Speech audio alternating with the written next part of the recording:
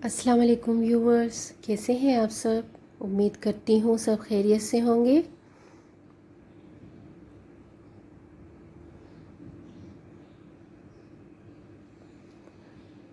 तो आज मैं आप लोगों के साथ अपनी लंच रूटीन शेयर कर रही हूँ। तो मैंने लंच के टाइम पे क्या क्या किया, क्या कौन से काम किए, क्या पकाया।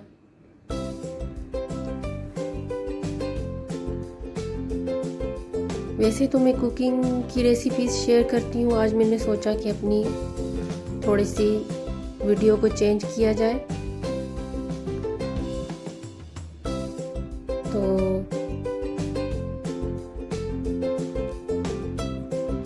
तकरीबन 12 बजे मैं किचन में दाखिल हुई। तो अभी टाइम था लंच बनाने में, तो मैंने सोचा कि कोई काम इस वक्त तक मैं ऐसा काम कर लूं तो मैंने देखा कि ये चीज़ें जो है मेरे इंतज़ार में थी कि मैं इनको साफ़ करूं। तो मुझे काफ़ी हेल्थ इश्यूज़ थे, पहले मैं बीमार थी, तो जिस वजह से काफ़ी अरसा तो इनको वॉश तो होते थे, लेकिन जो मैं इनकी सफाई रखती हूँ उस तरह की सफाई ना रख सकी। तो आज मैंने सोचा कि इनको अच्छे से साफ़ करती हूँ। वैसे इतने गंदे होने नहीं देती हूँ मैं, इस दफ़ा ज़्यादा गंदे हो गए हैं, दाग धब्बे पड़ गए हैं। तो ये है मेरा मैजिकल फार्मूला। इसकी जो है मैंने वीडियो भी बनाई हुई है कि मैं कैसे अपनी चीज़ों को साफ़ रखती हूँ, बर्तनों को। तो इसमें सिर्फ ब्लीच है और डिटर्जेंट है। तो इसको मैंने ब्रश की मदद से लगाया है। वैसे तो मैं हैंड ग्लव्स पहनती हूँ, तो आज मैं थोड़ी वीडियो बना रही थी तो मैंने अभी नहीं पहने, थोड़ी देर बाद पहनूंगी।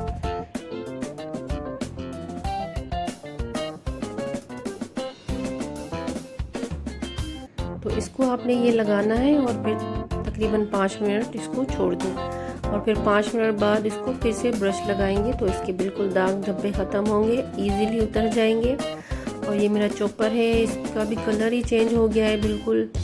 इसको वॉश तो करते हैं तो लेकिन इसके दाग धब्बे नहीं उतरते। इसको भी मैं आज वॉश करूँगी। तो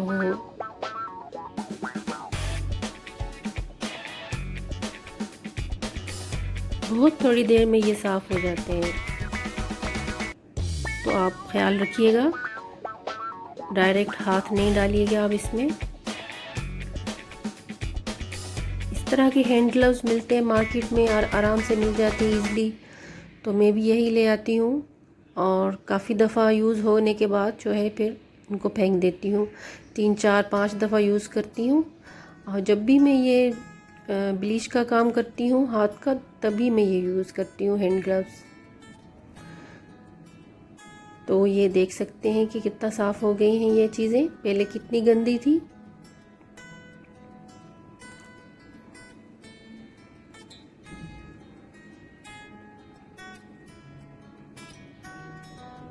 तो इसके ये जो पार्ट्स हैं, इसमें अंदर स्पंज या ब्रश नहीं जा रहा था, तो ये मेरे पास था एक जाली का कपड़ा।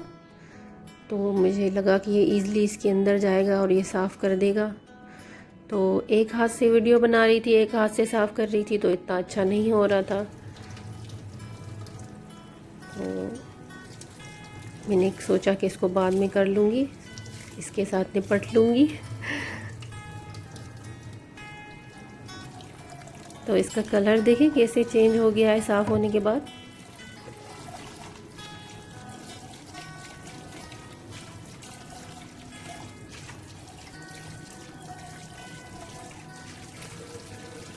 नए जैसा हो गया बिल्कुल।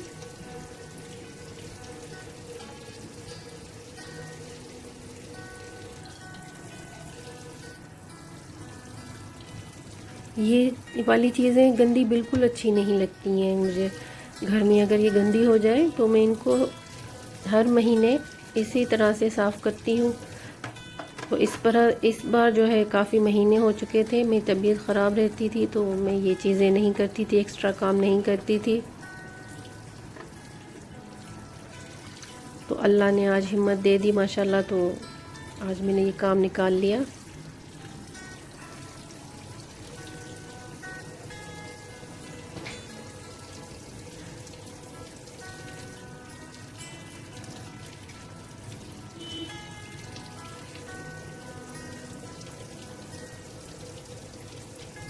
तो ब्लीच तो मेरे घर में होती ही है, एक ख़त्म होती है दूसरी आती है।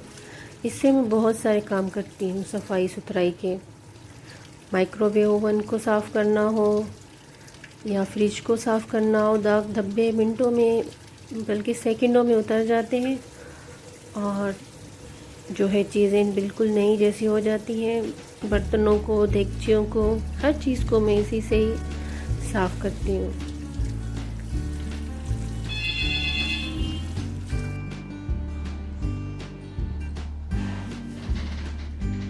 तो इस तरह पे जो है ये बर्तन धोते हैं जब, तो ये देगचियों के नीचे का जो ब्लैक पार्ट है इस पे उसके दाग लग जाते हैं, तो ये भी आराम से निकल जाते हैं इससे।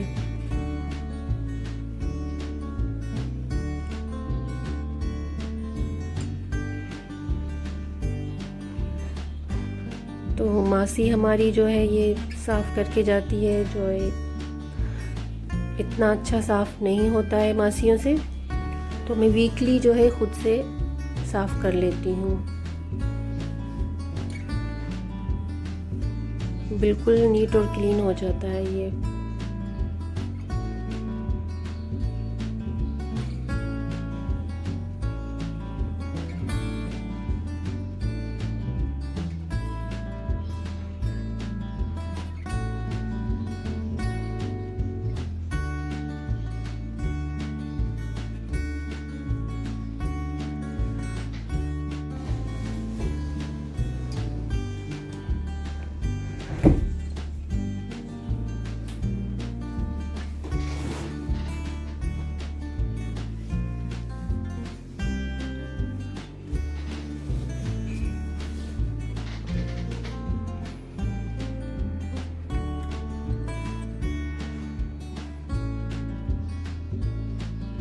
तो घर चाहे अपना हो या रेंट का हो, उसको साफ़ ही रखती हूँ, मेरी आदत है। तो ये घर भी मेरा अपना नहीं है, रेंट का ही है। इंशाल्लाह बहुत जल्द मैं अपने घर शिफ्ट हो जाऊंगी।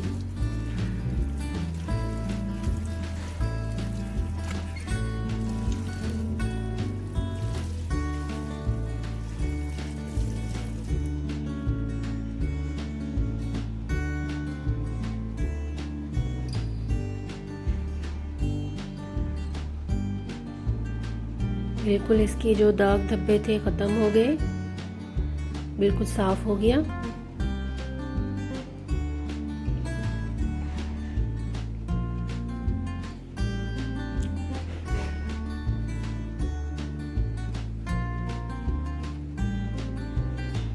तो ये माइक्रोवेव ओवन को भी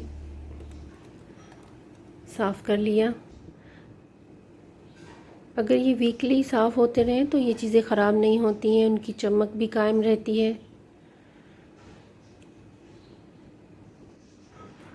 तो ये मेरी चीज़ें जो मैंने साफ़ की थी अब जो है बिल्कुल खुश्क हो गई हैं और अब बिल्कुल साफ़ लग रही हैं। पहले कितनी गंदी थी।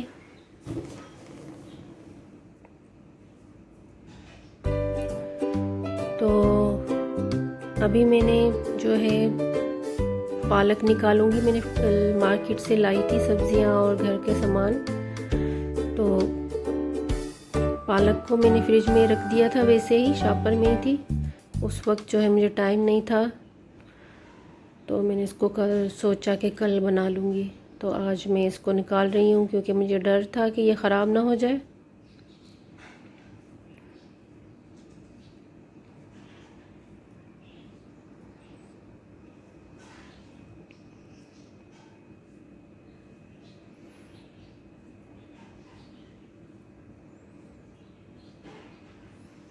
अक्सर मैं पालक को धो के काट के और उसको जो है बॉईल करके फ्रीज़ कर लेती हूँ, और फिर जब मुझे चाहिए होती है तो मैं इस्तेमाल करती हूँ। चाहे चिकन में डालनी हो, दाल में डालनी हो, गोश्त में डालनी हो, तो इस तरीके पे मैंने जल्दी जल्दी से जो है ये कट जाती है इस तरीके से। तो इसको मैंने खोल के चेक किया था तो कुछ पार्ट्स थे इसमें जो पालक के गले सड़े होते हैं।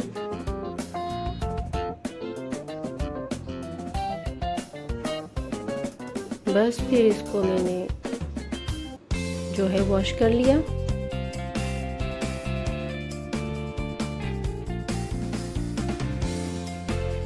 मुझे चिकन बनाना आसान लगता है, गोश्त बनाना आसान लगता है, लेकिन जो सब्जियां होती हैं ना वो बहुत जो है मुश्किल लगती हैं क्योंकि उनको काटना धोना काफ़ी सारा काम होता है।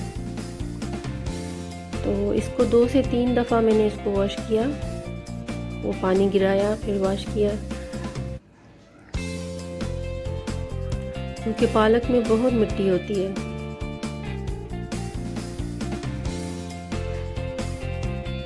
तो ये ख़ास ख्याल रखती हूँ कि इसकी मिट्टी अच्छी तरह से जो है साफ़ हो जाए। तो अब पालक बिल्कुल साफ़ है और बाकी की जो सफाई है वो भी करनी है, जो चीज़ें यूज़ की वो साफ़ कर ली साथ साथ। तो पालक में 1 गिलास पानी डाल के इसको मैंने बॉयल होने के लिए छोड़ दिया। तो अब मैंने फ्रिज से तूरियाँ निकाल ली। तो ये इसकी स्किन ऐसे बाहर से लग रही है, इसको मैंने वॉश भी किया है, लेकिन ये अंदर से बिल्कुल फ्रेश है। पता नहीं क्यों इनकी बाहर से ऐसे स्किन होती है, गंदी लगती है बहुत।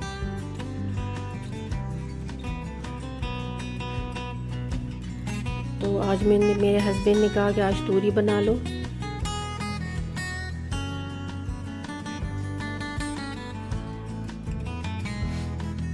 तो ये छुरी से भी आराम से जो है हो जाती है पील इसके छिलके, और इस तरह से भी।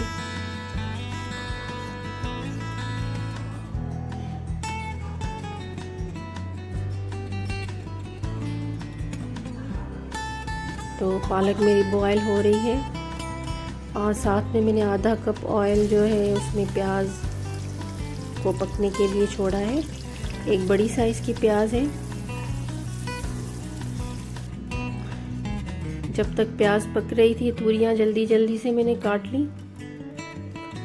और टमाटर के छिलके भी उतार लिए, क्योंकि काफ़ी चीज़ों में टमाटर के मैं छिलके उतारती हूँ और कुछ चीज़ें हैं जिसमें मैं इतना ज़रूरी नहीं समझती। तो इस वाली डिश में मैं ज़रूरी समझती हूँ कि छिलका उतार के इसमें डालना चाहिए। तो मसाले जो मैं यूज़ करती हूँ, तो ये जो कुटी हुई लाल मिर्च है ये भी घर में पीस के रखती हूँ। इसी तरह से ये गरम मसाला भी घर का पिसा हुआ है, इसी की रेसिपी भी मेरे चैनल पे मौजूद है। और ये धनिया भी जो है घर का पिसा हुआ है, क्योंकि बाहर का धनिया जो होता है वो उसका कलर भी एक अजीब होता है और नहीं लगता कि वो धनिया है। तो ये ज़ीरा का भी पाउडर बना के घर में ही रखती हूँ। अलबत्ता लाल मिर्च पाउडर जो है मैं बाहर से कभी शान का कभी किसी का मंगवा लेती हूँ। तो अब मैंने इसमें टमाटर शामिल कर लिए। प्याज थोड़ी सी पिंक हो रही थी, तो टमाटर जब तक गल रहे थे तो मैंने सोचा कि ये आप लोगों के साथ शेयर करूं। मुझे किसी ने बताया था कि बासिल सीड जो है आप यूज़ करें, इससे आपका जो है वेट भी कम होगा, और इसके बहुत सारे फ़ायदे भी बताए थे उन्होंने। तो मैंने जब मार्केट गई तो ये मैं ले आई। तो आज सोचा कि इसको स्टार्ट करती हूँ। 1 टीस्पून मैंने सादे पानी में इसको घोल लिया और इसको साइड पे रख दिया ताकि ये जब तक फूल जाए। तो जब तक टमाटर थोड़े सॉफ्ट हो चुके थे, बस अब इसमें मैं तूरी शामिल कर लूँगी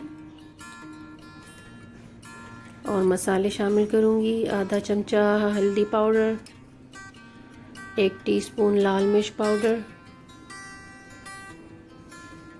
धनिया पाउडर तकरीबन 1 और आधा टीस्पून, साबित ज़ीरा 1 टीस्पून फुल डालूँगी, और नमक। बहुत ही सिंपल रेसिपी सब्ज़ी है और बनने में इजी और खाने में बहुत ही मज़ेदार बनती है ये। और इतने गरम मसाले और अदरक लहसुन वगैरह इसमें मैं नहीं डालती। तासीर इसका ठंडा रहता है सब्ज़ी का। इसमें मैं आलू ऐड करूँगी। पहले तो मैं नहीं करती थी, लेकिन मैंने एक दफ़ा अपनी सिस्टर के घर देखा था, उन्होंने आलू ऐड किए थे तो बहुत अच्छे लग रहे थे। और मेरी बेटी को भी आलू बहुत पसंद है, तो इसलिए तो ये अब जो है ये फूल गए हैं जेली की तरह।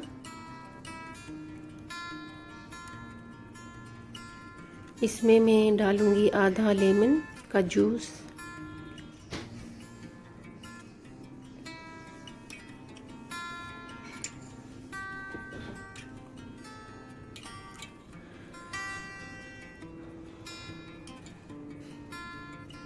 तो इस बासिल सीड को तो मलंगा भी कहते हैं।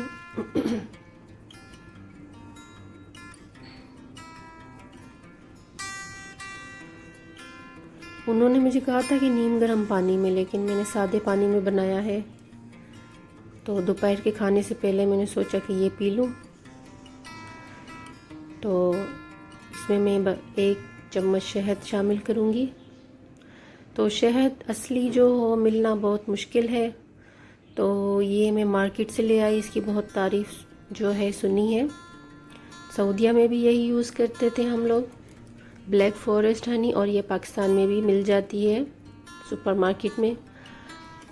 तो इसके लिए मैंने सुना है कि ये 90% असली होती है।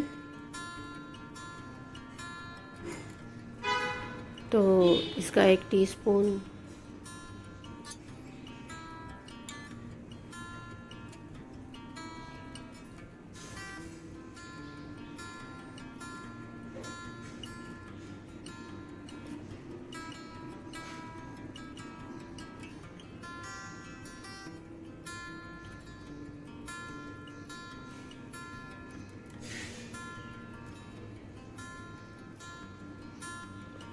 तो ये इसको मैं गिलास को फुल कर लूँगी पानी से।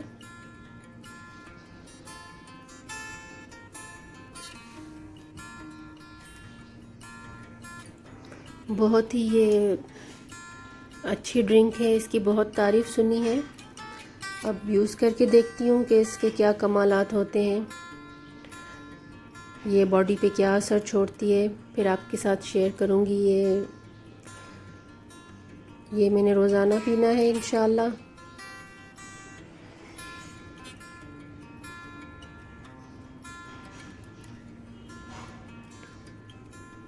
इसके लिए सुना है कि ये वेट लॉस ड्रिंक है। तो आलू छील लिए, धो लिए। अब मैं इनको काट के इसमें आधा चमचा हल्दी और थोड़ा सा नमक शामिल करके रख दूँगी, क्योंकि इससे इसकी मिठास थोड़ी कम होती है अगर आलू मीठे हो तो।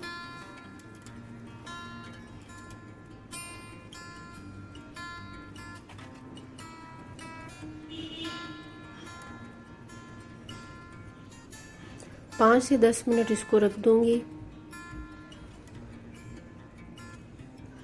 तो पालक जो है मेरी तकरीबन तैयार है। लोग इसको बहुत ज़्यादा पकाते हैं और फिर इसको जो है बहुत कूटते वगैरह हैं, तो मैंने ऐसे नहीं करना, मेरे पास टाइम नहीं है। मैं क्या करूँगी कि इसको अपने चॉपर में ग्राइंड कर लूँगी।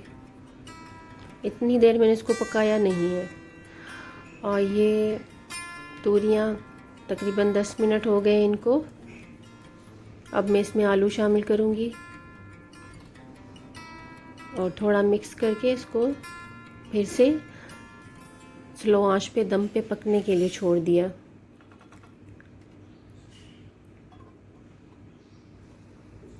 तो साथ साथ बर्तन भी धुलते जा रहे जो यूज़ हो रहे हैं।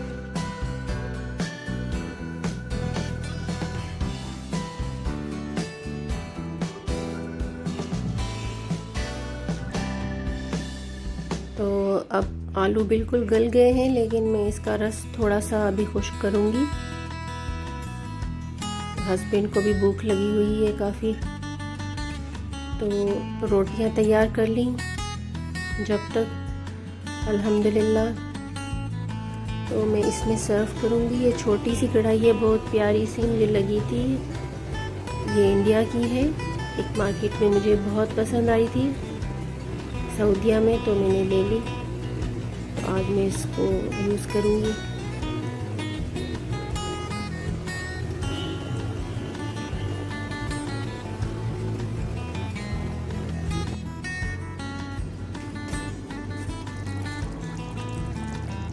अब जो है मेरी सब्ज़ी बिल्कुल तैयार है।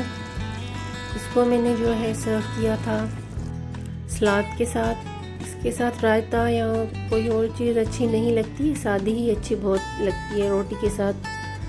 तो ज़्यादा से ज़्यादा थोड़ी सलाद रख लें साथ, तो ये बहुत ही ज़बरदस्त लगती है, बिल्कुल लाइट।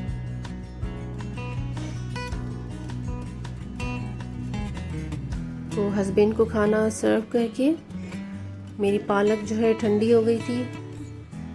मैंने खुद भी जब तक खाना खा लिया था कि जब पालक ठंडी हो गई तो उसको मैंने चॉपर में जो है इसमें ग्राइंड कर लिया थोड़ा सा, और फिर इसको मैं फ्रीज़ कर दूंगी। और फिर जब मुझे चाहिए होगी तब मैं किसी भी चीज़ में इसको आराम से यूज़ कर सकूँगी। टाइम की भी बचत हो जाएगी, या कभी अचानक मेहमान आ जाते हैं तो कोई डिश बनानी होती है तो पालक जो है रेडी होती है।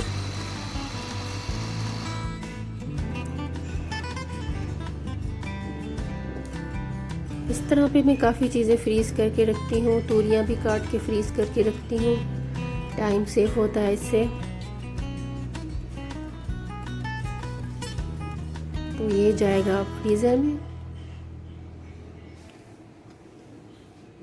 तो आज के लिए इतनी ही वीडियो मैंने बनाई है। वीडियो पसंद आए तो आप लोग ज़रूर लाइक करिएगा और फ्रेंड्स के साथ शेयर करिएगा। अपना बहुत ख्याल रखिएगा। अल्लाह हाफिज़।